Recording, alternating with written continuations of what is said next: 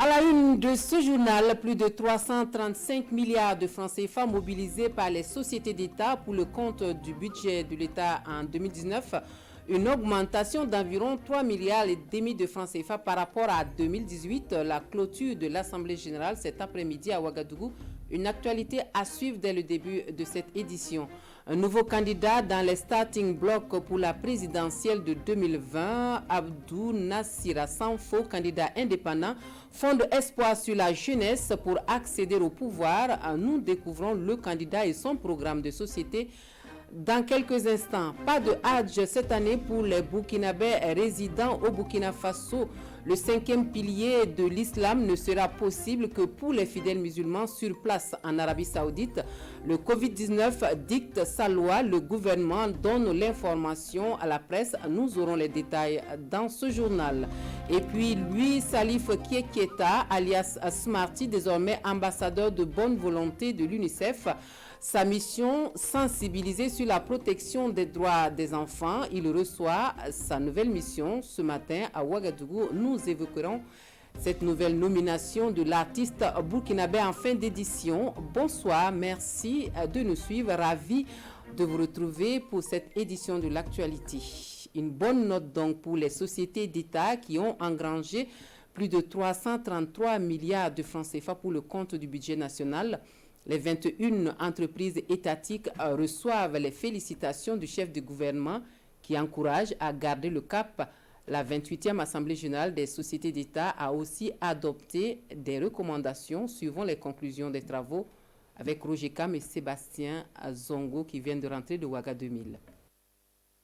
Les travaux de cette 28e session de l'Assemblée générale des sociétés d'État se referment avec l'adoption de 43 résolutions. 31 adressées spécifiquement à certaines de ces sociétés et 12 à l'ensemble.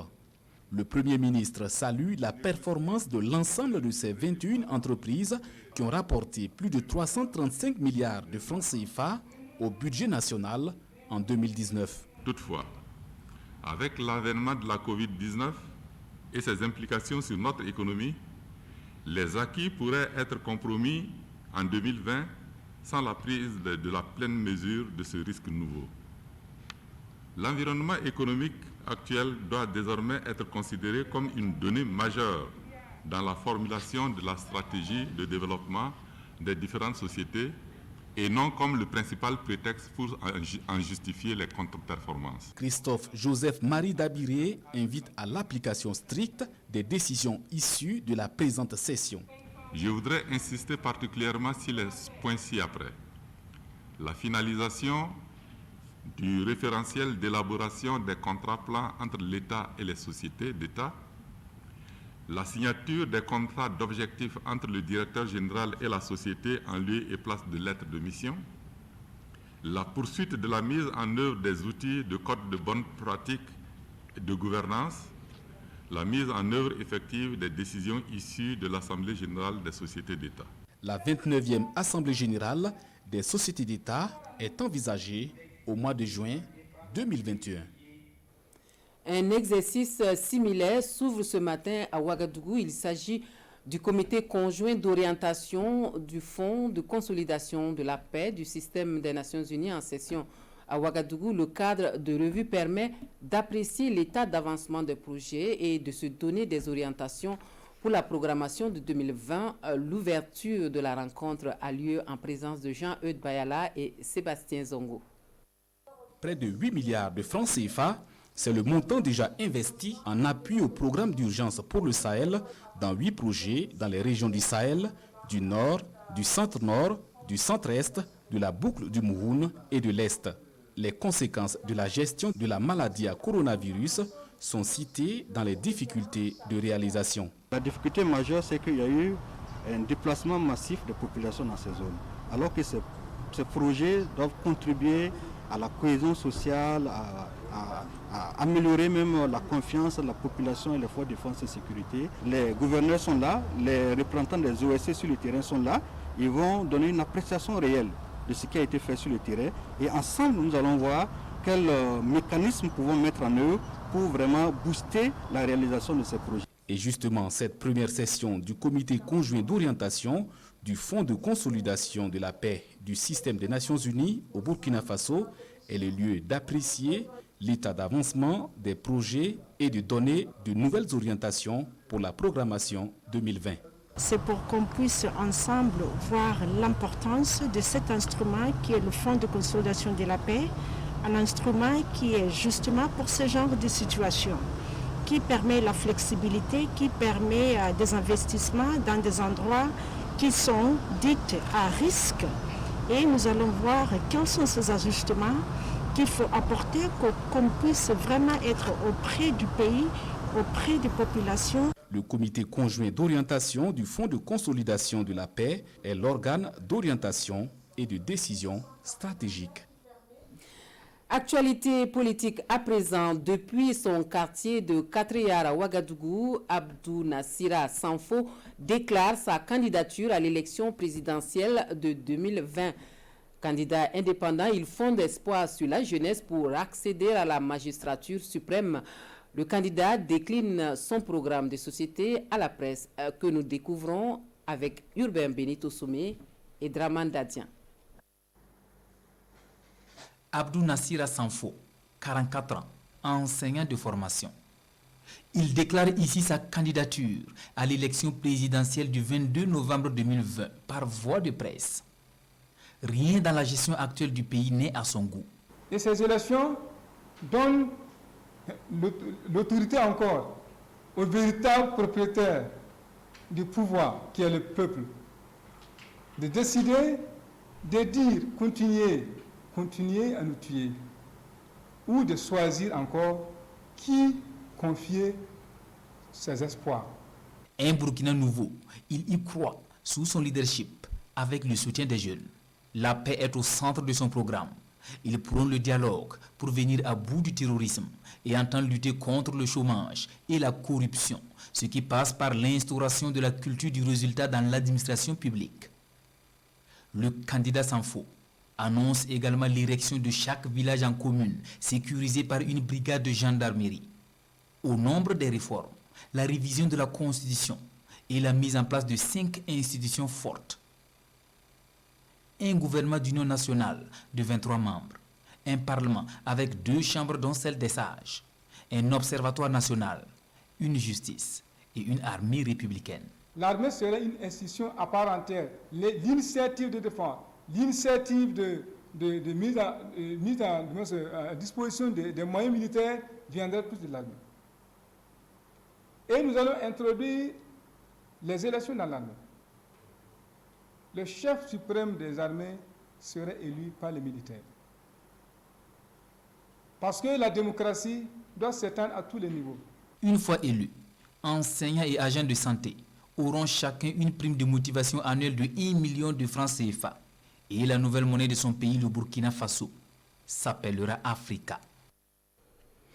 Et dans l'actualité des partis politiques, l'AGIR dévoile son initiative 100 jeunes députés et 300 maires jeunes. Le but, c'est de susciter des candidatures jeunes pour les échéances électorales à venir. Les responsables du parti donnent le mode d'emploi aux hommes de médias. Ismaël Diloma Sirima pour les précisions. Vous êtes jeune et vous aspirez à des postes électifs, l'AGIR vous ouvre ses portes. L'Alliance des jeunes pour l'indépendance et la République permet à tout jeune citoyen qui remplit les conditions d'éligibilité de figurer sur ces listes pour les législatives et les municipales. La principale condition est de remplir un formulaire d'adhésion à l'AGIR. À l'intérieur duquel nous avions ajouté ce qu'on va appeler la déclaration sur l'honneur faite au niveau du parti, de s'engager, de prendre cette responsabilité-là de travailler de concert avec la structuration du parti pour concourir aux résultats escomptés au soir des élections. Cet appel à candidature pour constituer les listes électorales de l'AGIR n'est pas synonyme de manque de ressources humaines compétentes au sein de l'AGIR selon ses premiers responsables. L'Agir, on ne désemplit pas et on ne manque pas d'hommes de ressources ou d'hommes capables de porter des listes. Mais nous estimons également qu'il y a des gens, des personnes de valeur qui malheureusement ne sont pas forcément politiques, mais qui ont de la ressource, qui sont aussi représentatifs et qui travaillent beaucoup à faire élire des gens à leur place. C'est pour ça que nous estimons qu'aujourd'hui, il est temps que ces acteurs-là puissent d'aventure s'autodéterminer et se prendre en charge, surtout que cette démarche est adressée à la jeunesse. L'opération 100 jeunes députés, 300 maires jeunes est en cours jusqu'au 31 juillet 2020. Les intéressés peuvent s'inscrire au siège de l'Agir ou le faire en ligne sur www.agir-bf.com. Et la mobilisation qui est toujours de mise pour freiner la propagation de la maladie à coronavirus, le mouvement du peuple pour le progrès fait don de plus de 18 millions de francs CFA au ministère de la Santé pour aider à la lutte. Une deuxième contribution du MPP, fruit d'une campagne de souscription auprès des militants, ont confié les responsables du parti ce matin à la remise du chèque aux autorités sanitaires. À Roger Kam, Isia Kanana pour les détails.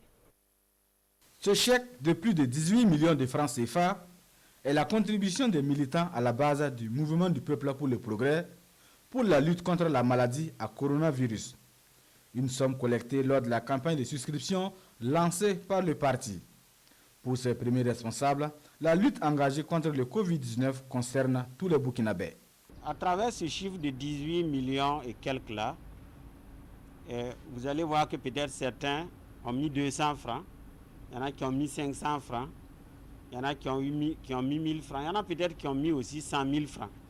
Mais ce qui est important, c'est que ça vient de la base, ça vient des militants de base eux-mêmes qui ont mis la main à la poche pour exprimer leur solidarité dans le cadre de cette lutte. Cette deuxième contribution du MPP permettra l'acquisition du complément de matériel médical au profit du personnel soignant, selon le directeur de cabinet du ministère de la Santé. Malgré la régression de la maladie au Burkina, les gestes barrières doivent toujours être de mise, surtout avec l'ouverture très prochaine des frontières.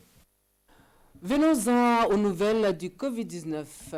47 nouveaux cas notifiés cette semaine au Burkina Faso, un chiffre en nette progression et qui appelle à une attention soutenue. La maladie est toujours là et gagne même du terrain, confie le coordinateur sectoriel santé à la riposte du Covid-19. Les détails avec Nong Bakouda et Maxime Zongo. À la date du 24 juin 2020, 13 nouveaux cas confirmés ont été notifiés. 10 importés et 3 à transmission communautaire, dont 2 à Ouagadougou et 1 à Bobo-Dioulasso. 3 nouvelles guérisons et aucun décès. Depuis le début de l'apparition de la maladie dans notre pays, le cumul des cas confirmés est de 954. 53 décès, 62 cas actifs.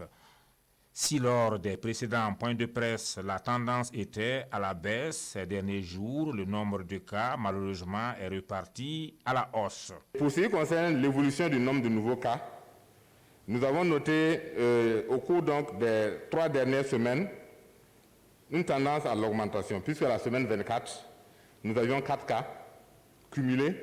À la semaine 25, on avait eu 13 cas. Et à la semaine 26, cette semaine-là, nous sommes à 47 cas. Et ces 47 positifs que nous avons notés cette semaine sont répartis donc, en 28 voyageurs. Ce sont ceux qui rentrent des pays voisins. Donc 28 voyageurs. Nous avons 17 communautaires, les 17 cas communautaires, un agent de première ligne et un dépistage ORL. Le message fort du docteur Bikaba, restons vigilants car la maladie n'est pas partie du Burkina.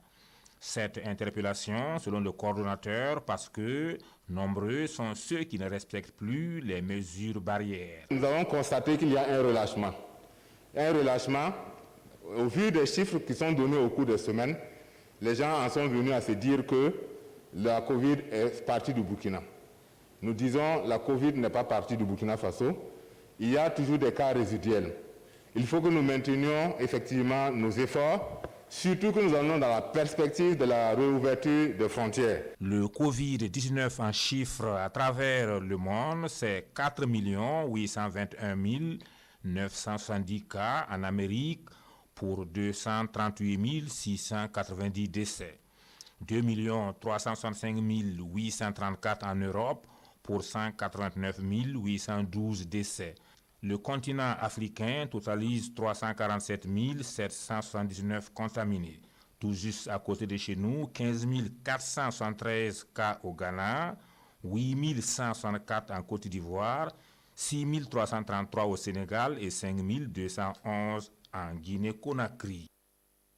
Attention donc, le Covid-19 est toujours d'actualité au Burkina Faso et l'on en veut pour preuve une vingtaine de cas enregistrés à Midebdo, dans le Numbiel. L'information est donnée par le haut-commissaire de la province aux forces vives, des cas importés donc de Côte d'Ivoire selon les sources médicales. Le point de la situation avec Marcel Cambiré et Lambert Soma. La province du Numbiel enregistre ses premiers cas de coronavirus. Sur les 55 personnes qui ont franchi illégalement la frontière burkinabé, 19 sont atteintes. Ces personnes ont été arrêtées par la police nationale sur dénonciation des populations le 19 juin dernier. Au total, c'est 55 personnes que nous avons arrêtées au niveau de la frontière de Midebdo, en provenance de la Côte d'Ivoire. Donc dans les premiers instants, nous avons pu seulement prélever 25 en attendant des kits complémentaires pour prélever le reste. Donc c'est parmi ces 25-là qu'il y a eu les 10 cas. Mais au jour d'aujourd'hui, parmi les prélèvements complémentaires, il y a eu 9 nouveaux cas. Donc il va maintenant jusqu'à 19 et 2 cas qui sont toujours en attente. Dès leur arrestation, les infortunés ont été directement mis en quarantaine avec un suivi médical. Ils sont en quarantaine depuis leur arrivée ici. Et ceux qui sont testés positifs là sont mis sous traitement selon le protocole national à travers la prise de conscience, mais également aussi d'administration de médicaments. Malades et personnes saines sont sur le même lieu de quarantaine, ce qui ne favorise pas une prise en charge adéquate. À cela, il faut ajouter la question alimentaire qui est complexe. Le Conseil national de secours d'urgence nous a fait parvenir un appui qui nous permettra de tenir pour 7 jours. Au-delà de ça, il y a eu des bonnes volontés qui avaient soutenu le comité provincial. En fait, nous ne pourrons tenir que jusqu'au mardi.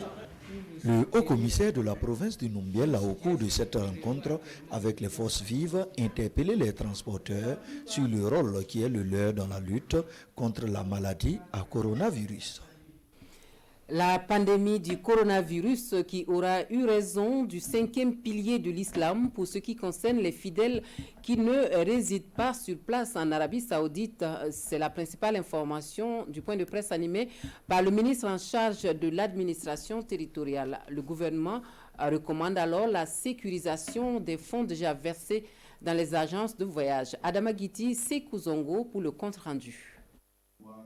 Le Hajj 2020 se tiendra avec les pèlerins résidant déjà en Arabie Saoudite. C'est la note reçue par le gouvernement burkinabé le 22 juin dernier des autorités saoudiennes.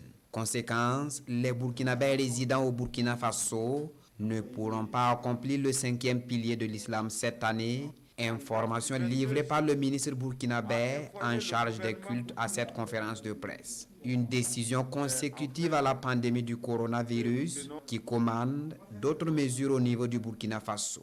Les inscriptions du Hajj 2020 doivent être considérées comme prioritaires pour l'édition 2021. La plateforme d'inscription du comité de suivi doit être activée pour établir la liste définitive des prétendants au Hajj 2020 avant la Tabaski. Les sommes déjà versées doivent être sécurisées donc, par les agences et centralisées au niveau du compte du comité de suivi.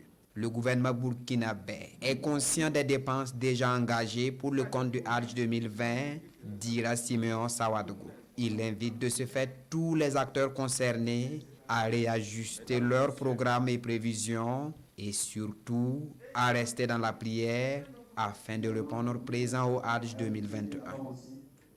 Autre actualité, fin de mission au Burkina Faso pour l'ambassadeur du Japon au pays des hommes intègres. Le diplomate aura contribué à mobiliser plus de 100 milliards de francs CFA pour aider aux efforts de développement du gouvernement burkinabé, ce qui lui vaut la reconnaissance de l'État qui lui décerne la médaille d'officier de l'ordre de l'étalon à la cérémonie officielle de revoir. Une matinée d'hommage donc que nous relatent Urbain Benito Somé et Olopoda. Je garde du Burkina Faso les meilleurs souvenirs de plus de 40 ans de carrière. Ces mots sont de l'ambassadeur du Japon en fin de mission au Burkina Faso. À cette cérémonie officielle de revoir, tous reconnaissent les efforts faits par le diplomate nippon pour renforcer l'axe Ouagadougou-Tokyo. À son actif, l'on retiendra que près de 100 milliards de francs CFA ont été mobilisés en soutien au plan national de développement économique et social. Je remercie au passage des organisations internationales grâce à qui nous avons pu atteindre les personnes vulnérables, même dans les zones à grands défis sécuritaires. En résumé, le bilan exhaustif de la coopération Japon-Burkina, ce sont des bénéficiaires eux-mêmes qui vont le dresser. En guise de reconnaissance, la nation burkinabé lui décerne la médaille d'officier de l'ordre de l'étalon pour ses actions qui ont permis de diversifier et de bonifier les relations d'amitié et de coopération entre les deux pays. L'agriculture est un volet important de la coopération entre le Japon et le Burkina Faso. Les infrastructures, il y a la sécurité, l'éducation nationale et je pense bien qu'il y a un projet qui a été lancé récemment sur des lampes solaires permettant donc aux enfants des écoles rurales de pouvoir disposer de la lumière pour étudier. Appelé à jouir de ses droits à la retraite, l'ambassadeur Ikezaki dit quitter le Burkina Faso avec le souvenir d'un peuple solidaire qui restera uni et toujours mobilisé pour relever les défis du moment. Tapis rouge pour l'artiste musicien burkinabé Smarty qui lui est fait ambassadeur de bonne volonté de l'UNICEF. Sa mission désormais plaider la cause de l'enfant et promouvoir ses droits. L'artiste devenu désormais porte-parole des enfants reçoit sa feuille de route donc ce matin à Ouagadougou en présence de Kwale Nebié et Mounira Kéré. Smarty devient ainsi ambassadeur national de bonne volonté de l'UNICEF au Burkina. Il rejoint le cercle des centaines d'artistes, d'athlètes et de personnalités à travers le monde qui mettent leur talent au service de la promotion des droits de l'enfant. C'est la plus belle chose qui pouvait m'arriver. Et voilà, quand on fait le métier qu'on fait, je pense que c'est surtout pour des moments comme ça. Pas uniquement quand on fait le plein des salles, mais de sentir qu'on est utile à sa société, qu'on permet quelque part au progrès et à la réussite de notre monde autour de nous. L'engagement de l'artiste aux côtés de l'UNICEF pour la cause de l'enfant ne date pas d'aujourd'hui. En 2009, Smarty a contribué à sensibiliser la population sur les inconvénients du mariage des enfants et cela à travers son titre « Ombre de la nuit ». Il joint aussi sa voix à la lutte contre l'excision, la drogue et plus récemment contre le Covid-19. Lui, je crois qu'il a ce pouvoir-là de porter la voix de l'UNICEF et surtout tous les messages de promotion des droits des enfants dans chaque foyer du Burkina Faso, voire au-delà du Burkina Faso. Nous espérons que la voix de Smarty, collée aux thématiques autour de la protection, en particulier des droits des enfants, pourrait aider véritablement à faire changer beaucoup de choses. Parce que les enfants sont l'avenir du monde. Louis Salif Keta, alias Smarty, est lauréat du prix de découverte RFI 2013. Et en sa qualité d'ambassadeur de bonne volonté de l'UNICEF, il s'engage à porter la voix des enfants aussi fort et haut que possible. Et puis, voici un abattoir moderne pour une production de viande qui répond aux normes d'abattage et d'hygiène. À Kaya, les acteurs de la filière viande se félicitent de l'infrastructure qui va contribuer à améliorer la qualité des produits vendus. Gratitude est donc exprimée au ministre en charge des ressources animales qui visite la nouvelle infrastructure ce 25 juin en présence de Amadou Ouedraogo et Yacouba Kwala. Débutée depuis 2014, la construction de l'abattoir frigorifique de Kaya est terminée. Il est composé entre autres d'une unité d'abattage de bovins, de petits ruminants et de porcs. Le ministre des Ressources animales et halieutiques s'assure de l'effectivité de sa réalisation et traduit sa satisfaction. Nous sommes en tout cas fiers de constater que nous avons nous avons avancé dans la politique du chef de l'État qui est de mettre à la disposition des éleveurs et des infrastructures structurantes afin que nous puissions mieux développer notre secteur.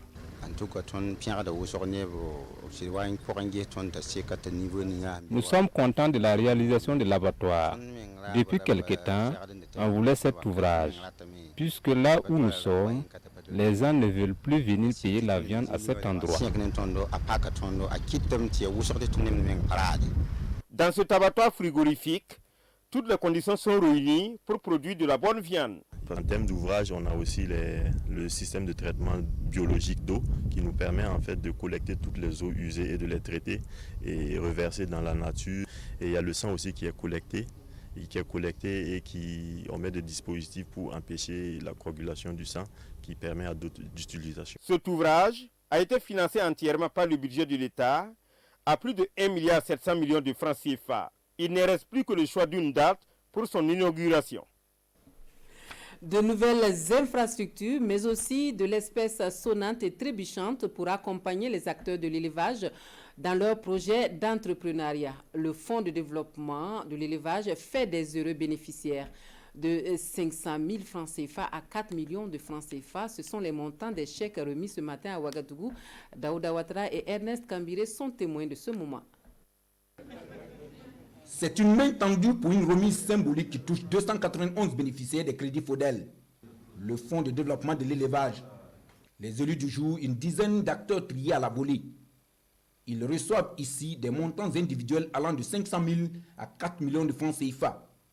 De l'argent frais qui pour démarrer une activité d'élevage, qui pour la booster. J'ai eu 2 millions. À mon projet d'élevage, je vais l'agrandir. Je suis très heureuse pour ça. L'accompagnement tant souhaité est là. Reste donc aux différents acteurs de travailler à accroître leur professionnalisme et à améliorer la productivité de leur élevage, dira le ministre en charge de l'élevage. Et sur cette question, le FODEL a de grandes ambitions.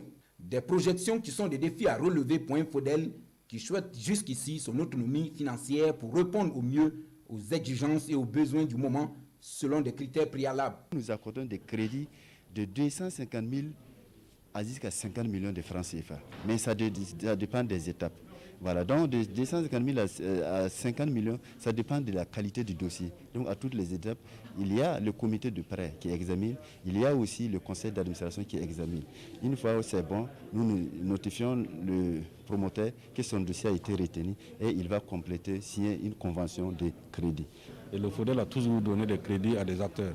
Nous avons voulu seulement aujourd'hui faire en sorte que les gens sachent, parce que jusqu'à présent, l'information manque, la communication manque souvent, et c'est ce qu'on nous reproche. C'est pour ça que nous avons voulu initier cette cérémonie afin de permettre à ce que vous, de la presse, vous puissiez porter l'information que nous avons une structure qui vient accompagner nos acteurs à travers un accès, un guichet pour leur permettre d'avoir accès au crédit afin de continuer leurs activités. Et à cette étape du jour, c'est un montant de plus de 297 millions de francs CFA que le fonds et ses partenaires mettent ainsi à la disposition des acteurs sous forme de crédits placés remboursables.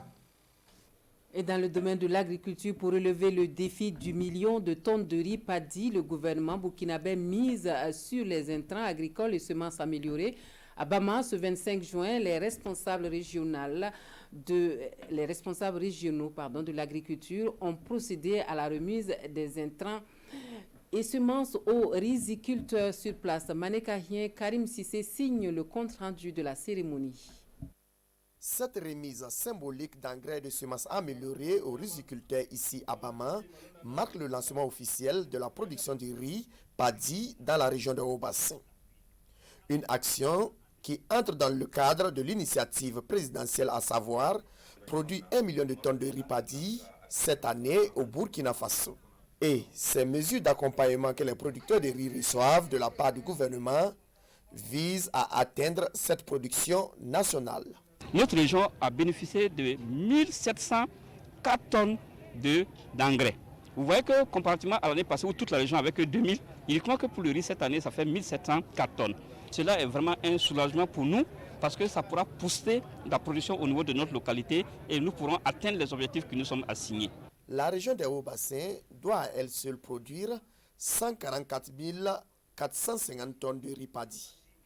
La plaine risicole de Bama doit jouer un rôle capital, un rôle que les riziculteurs de cette localité entendent assurer pleinement. Cet engrais que nous avons reçu ce matin va nous permettre d'augmenter nos rendements. Puisque nous sommes déjà à 5 tonnes et demi, mais avec l'engrais subventionné, nous pourrons aller à 6 tonnes. Et comme nous produisons 2 fois dans l'année, on pourra aller jusqu'à 10 000 tonnes. Parce que quand tu vois la campagne humide seulement, on peut faire 6 000 tonnes. Et en campagne sèche aussi, on peut faire jusqu'à 4 000 tonnes comme ça. Donc en gros, cette année, nous allons produire jusqu'à 10 000 tonnes de riz pour l'initiative 1 million de tonnes du président du Faso. Au dire des premiers responsables en charge de l'agriculture, pour cette campagne agricole, ce sont environ 64 000 hectares qui seront emblavés en riz dans la région des Hauts-Bassins. Plusieurs nouveaux sites ont été aménagés à cet effet. Et pour refermer ce journal, victimes de l'insécurité à l'Est, les élèves déplacés internes sont regroupés à l'ENEP de Fadan-Gourma depuis la réouverture des salles de classe et pour leur permettre de rattraper le retard et mieux préparer l'examen du certificat d'études primaires. Une association a pensé à remettre des kits scolaires aux autorités provinciales au profit des 600 élèves concernés. Nous voyons cela avec Amidou Lankwande et Rasmata Ouedraogo. L'association Boama, aux côtés des tout-petits, en quête de leur premier diplôme. Elle remet 84 kits de préparation de l'examen du CP aux élèves déplacés internes de la ville de Fada, regroupés à l'ENEP depuis la réouverture des salles de classe. Je remercie l'association qui nous a soutenus en nous donnant des sacs. Je suis très contente de recevoir ce cadeau. Nous promettons 100%. C'est un accompagnement très significatif, puisque en parcourant le document, on voit bien que ça résume le programme annuel dans toutes les disciplines écrites, disciplines d'éveil, disciplines fondamentales, le français et le calcul.